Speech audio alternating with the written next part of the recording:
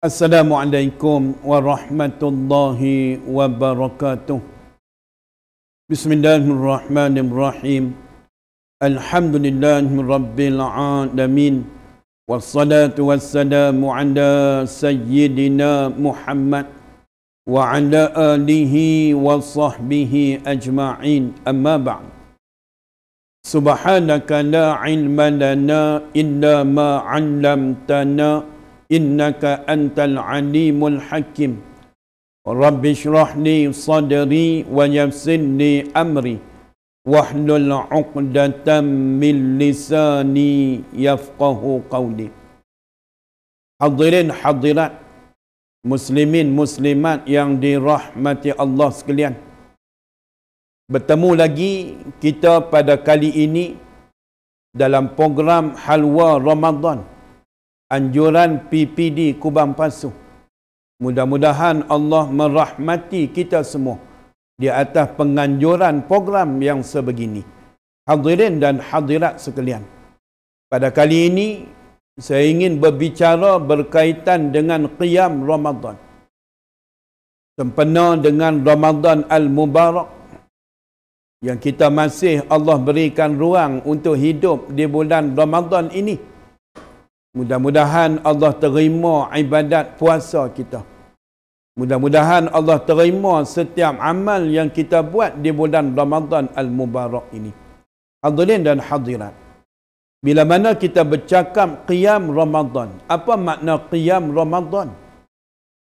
Maksudnya mendirikan Ramadan. Qiyam maksudnya berdiri. Ramadan, bulan Ramadan. Mendirikan Ramadan. Kalau ikut Ibn Hajar Al-Asqalani, mentakrifkan qiyam Ramadan sebagai ibadat menghidupkan malam Ramadan dengan solat, termasuk solat tarawih. Manakala Al-Kirmani menyatakan yang kata qiyam Ramadan ini, ulama sepakat maksud qiyam ialah solat tarawih.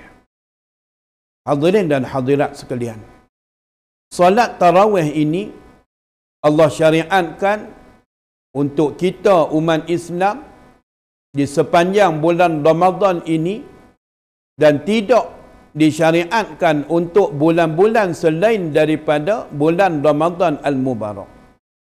Itu sebab di siangnya kita berpuasa, di malamnya kita digalakkan, dituntut untuk mengisi malam-malam Ramadan dengan amalan-amalan sunat, antaranya sembahyang sunat tarawih.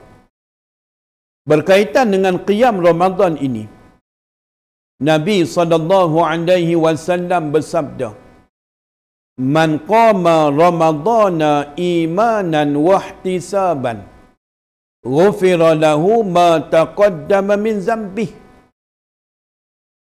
Hadis riwayat Bukhari dan Muslim. Siapa-siapa yang mendirikan malam Ramadan dengan penuh keimanan, dengan penuh mengharapkan pahala daripada Allah, pasti akan diampunkan dosa-dosanya yang lalu. Betapa tawaran pengampunan dosa yang Allah berikan untuk kita di bulan Ramadan Al-Mubarak ini. Maka kita kena ambil peluang ini untuk kita dapatkan pengampunan. Sebab kehidupan di dunia ini kehidupan yang sementara. Bahkan dunia adalah tempat kita bercucuk tanam supaya akhirat dapat kita tuai hasilnya. Ad-dunya mazra'atul akhirah. Dunia ni tempat bercucuk tanam untuk akhirat. Kita hidup di dunia ni sebagai tempat pensinggahan yang ketiga. Setelah kita melalui alam ruh, yang kedua alam rahim, Dan yang ketiga, kita sedang berada di alam dunia dan kita nak pi alam yang keempat, alam barzakh atau alam kubur. Dan yang terakhirnya alam akhirat. Alam yang disebut juga sebagai alam al-jaza, tempat balasan.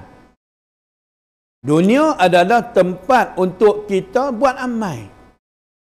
Kalau kita buat amalan baik, maka baiklah kesudahan kita di alam kubur dan alam akhirat.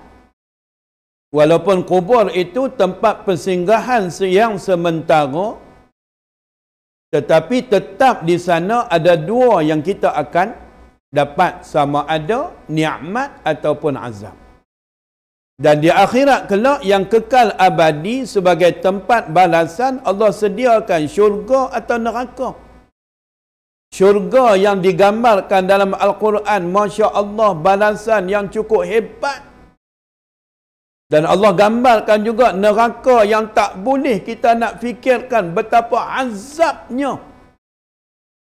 Maka marilah, sementara Allah masih memberi ruang untuk berada di bulan Ramadan, untuk kita sama-sama qiyam Ramadan, untuk kita sama-sama pastikan solat sunat tarawih dilaksanakan dengan sebaik-baiknya. Kalau kita tengok tarawih itu sendiri, yang merupakan kalimat Arab jamak, asalnya tarwihah, yang bermaksud istirahah. Itu sebab bila dibuat 4 rakaat rehat, dibuat 4 rehat. Tapi hari ini kita dapati ada di suatu tempat yang orang dah riuh hari ini dalam YouTube dan sebagainya, bagaimana ada sahabat-sahabat kita yang melaksanakan solat sunat tarawih dengan lajunya 7 minit 20 rakaat, Masya Allah. Sedangkan makna tarawih itu sendiri istirahah. Ni bukan istirahah dah ni, buru sungguh. Seolah-olah kita memburu binatang, duk berlari saja. Jadi marilah memandangkan sembahyang sunat tarawih adalah ibadat dan dia ada kaifiat dia. Maka kita kena laksana dengan sebaiknya. Itu sebab Imam An-Nawawi bagi makluman, bagi nasihat betapa sembahyang sunat tarawih ini dia ada kaifiatnya, dia ada tata caranya. Maka janganlah semata-mata berebut nak selesaikan 20 rakaat sehingga kita tak peduli dah zikirnya, tak peduli dah bacaan dia. Sampai Fatihah pun kita tak perasan dah hurufnya. Sampai zikir-zikir di dalam rokok, dalam i'tidal, di dalam sujud, doa antara dua sujud sehingga bacaan tahiyat akhir pun kita dah tak pasti dah betul atau tidak. Kalau ini yang berlaku, maka rugilah kita. Sedangkan dalam hadis yang kita bacakan tadi, man qama ramadana, siapa-siapa yang menghidupkan Ramadan, sebagaimana Al-Kirmani kata, menghidupkan solat sunat tarawih dengan penuh keimanan, kita mengakui kata solat sunat tarawih ini adalah suatu yang disyariatkan Allah, maka kita kena buat dengan sebaik-baiknya. Walaupun hukum sembahyang sunat tarawih ini adalah sunat muakkad, sunat yang sangat digalakkan, maka kita kena akui kata ini perintah Allah. Dan yang kedua, kita kena buat dengan mengharapkan ganjaran pahala daripada Allah, dengan kita buat sebaik mungkin, ikhlas, bukan semata-mata nak berbangga dengan bilangan rakaat. Ada orang hari ini dia nak tuntut bangga, dia nak tunjuk kata dia hebat. Kalau itulah niat kita, maka rugilah. Sedangkan Ramadan mari dah akan pergi. Kan sepanjang bulan Ramadan pun 30 hari.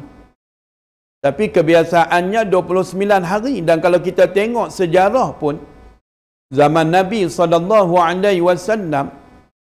Nah, bila mana Nabi kita tengok difardukan puasa Ramadan pada tahun kedua Hijrah, dan Nabi dalam hidupnya sempat berpuasa 9 kali, 8 kali 29 hari, dan sekali saja 30 hari. Artinya Ramadan ini semakin hari semakin akan bergerak meninggalkan kita. Tapi kalau kita tak ambil peluang untuk mengisi malam-malam Ramadan dengan sembahyang sunat tarawihnya, kita rugi. Hari ini situasi umat Islam, bila mana menyebut tentang solat sunat tarawih, ada orang dia ambil mudah. Tak apa dah. Nah, malam kemarin buat dah. Jadi malam ni nak rehat tak apa kot, malam esok kita buat pula. Ada orang dia suka menangguh-nangguhkan. Nah, duk rasa masih ada lagi peluang, sedangkan kita tak pasti kematian tu bila. Boleh jadi malam ni adalah malam terakhir Allah bagi peluang untuk kita dapat mengisi malamnya dengan solat sunat tarawih. Ada orang dia buat dengan sebaik-baiknya solat sunat tarawih, dia beruntung lah. Dan kita tak perlulah nak berbincang masing-masing untuk meletakkan pendapat masing-masing, yang pegang 8, yang pegang 20. Sedangkan bilangan rakaat bagi sembahyang sunat tarawih tidak ditentukan. Zaman Rasulullah dulu walaupun 8 rakaat, tapi setiap satu rakaat panjang bacaan dia, sebagaimana yang dihuraikan, diceritakan oleh Sayyidatina Aisyah. Nah, nak selesai satu-satu rakaat pun panjang rakaatnya. Tapi zaman Sayyidina Umar, bila mana melihat ramai umat Islam yang tak mampu nak berdiri lama, maka diperbanyakkan rakaat kepada 20. Dan agar masa tu sama panjang juga dengan 8 rakaat yang didirikan. Itu sebablah kita kena buat solat sunat tarawih dengan sebaiknya. Pasal apa? Sebab Allah tawarkan pengampunan dosa, apa yang kita lakukan sebelum daripada ini. Hadirin dan hadirat sekalian, jangan kita pandang mudah solat sunat tarawih. Hari ini kita ketinggalan solat sunat tarawih. Bila mana kita penuhkan perut kita ketika berbuka dengan macam-macam makanan, akhirnya berat untuk kita laksanakan solat sunat tarawih. Bahkan hari ini di Malaysia kita boleh melihat situasi di awal Ramadannya penuh masjid dan surau, melimpah sampai keluar. Tapi di pertengahan Ramadan dah kurang separuh dah. Di akhir Ramadan dah memenuhi dah bazar-bazar Ramadan. Nak pilih baju rayanya, nak pilih kasut rayanya, nak pilih lampu rayanya, langsirnya. Yang sibuk di rumah nak atur persediaan hari raya, sampai tak peduli dah solat sunat tarawih. Marilah kita betulkan yang salah. Yang dah melaksanakan solat sunat tarawih, marilah kita buat dengan sebaik mungkin. Mudah-mudahan Allah terima amal kita. Mudah-mudahan Ramadan tahun ini adalah Ramadan yang terbaik yang mampu kita buat demi untuk kita dapatkan balasan yang baik daripada Allah Subhanahu wa taala. Hadirin dan hadirat sekalian, marilah kita letakkan keazaman untuk kita bersama mengisi Ramadan seperti mana yang ditunjukkan oleh Rasulullah sallallahu alaihi wasallam. Sekadar itu tazkirah saya pada kali ini. Mudah-mudahan ada kebaikannya untuk kita bersama. Mohon maaf atas kekurangan. Aqulu qawli hadza wa astaghfirullahal azim li wa lakum. Wassalamu alaikum warahmatullahi wabarakatuh.